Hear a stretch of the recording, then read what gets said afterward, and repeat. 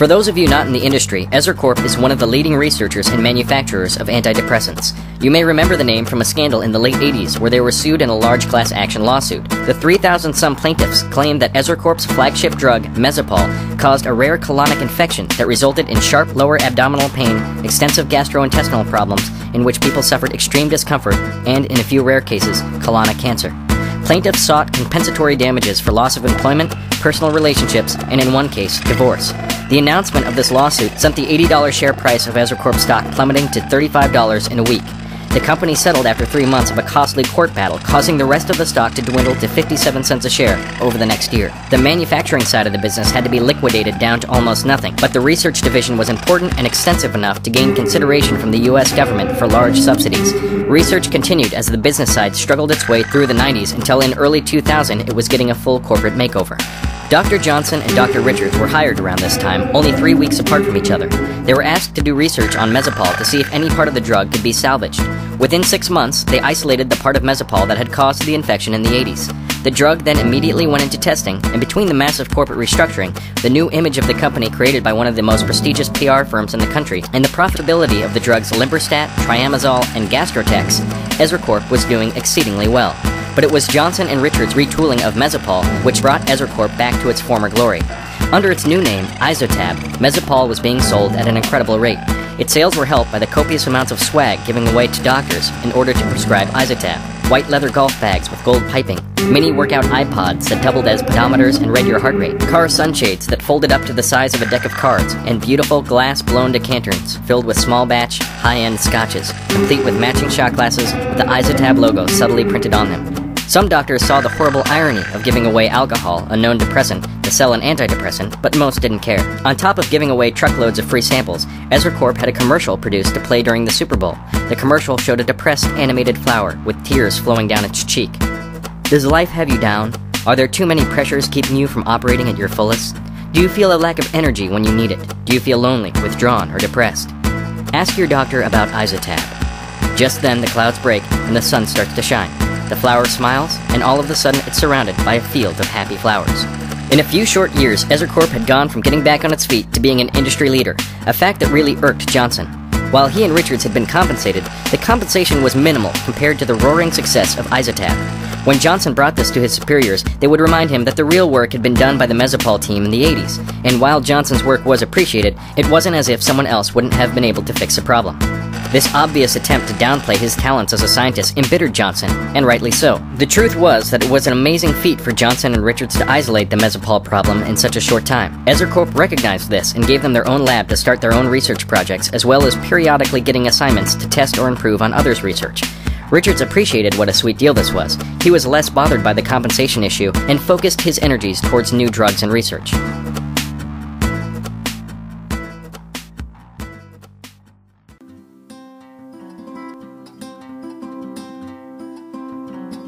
Personally, Richards and Johnson got along great. They had become good friends over the years, and that was largely based on a solid working relationship.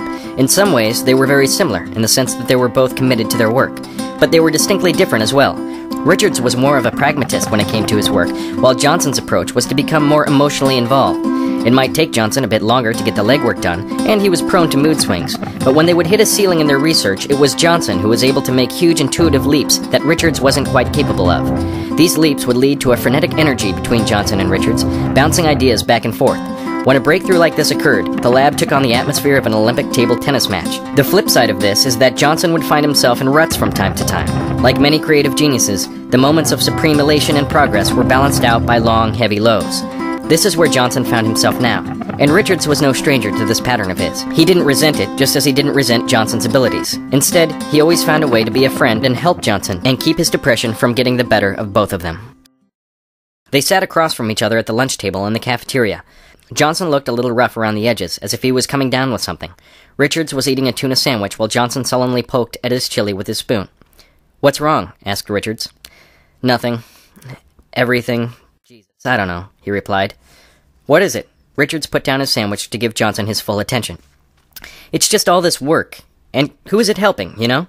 "Well, we're getting positive feedback all the time," said Richards. "Case by case, people have seen significant improvements." "I'm not talking about that," said Johnson. "I mean, We come up with something that's really supposed to help people, and they just push it on the public to make a buck. A lot of bucks. Yeah, said Richards. I know. We've been over this. But we are helping people, Frank. You gotta remember that. Yeah, I guess, said Johnson. Are you sure that's it? Asked Richards. You're not mad that I'm going to the conference and leaving you high and dry for a week? Look, if I could switch places with you... Johnson interrupted. No, God, no, I couldn't put up with everyone's slimy attempts to make contacts and all that inane conversation, even if it is for a week in Vegas. I'm much too... Misanthropic, offered Richards. Yeah, thanks. Well, that's pretty accurate nowadays, said Johnson. Richards laughed appreciatively and then got serious. Now really, Frank, what's up? It's just a combination of everyone's collective stupidity. Like, I had the worst commute this morning. People are so damn rude in their cars. I thought I'd stop for coffee, and I can't tell you what a pleasure that was, dealing with some miserable little kid who messed up my order 3 times, and he doesn't even care. And now I'm coming down with a cold, and he trailed off. And I'm leaving, said Richards. No, said Johnson, it's not like that. I'm happy for you.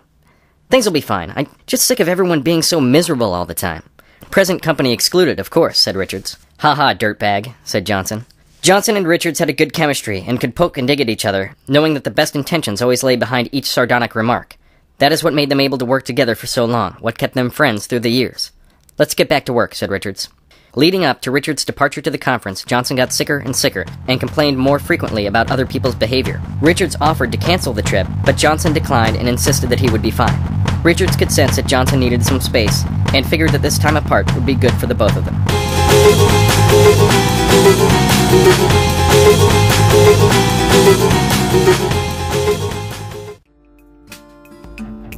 Monday of the next week, Richards headed into work. He walked through the sliding glass doors of the lobby, paused at the security desk, and said hello to Barry, the security guard. Have a good trip, Dr. Richards? Asked Barry. Man, oh man, Richards replied. I could sleep for a month. I feel you, said Barry. I'm sure your boy could use some sleep too. He's been burning both ends. Frank? Asked Richards.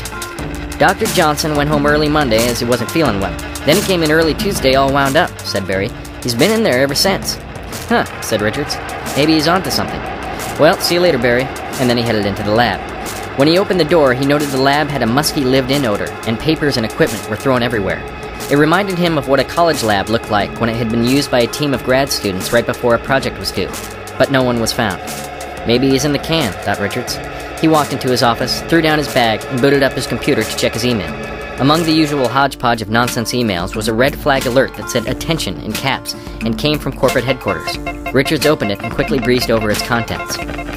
This is a company-wide alert, it read. This is to remind you that no one employee has the right to speak with any media source about any company-related business without the knowledge and consent of EzraCorp. The PR department is the only department that has access to speaking with the media, or anyone for that matter, outside the company. Any violation of this rule can result in immediate termination and prosecution. If you know anyone who is engaged in such behavior, please contact Human Resources. Remember to read your contract and review the confidentiality agreements that you have signed. The email went on and on.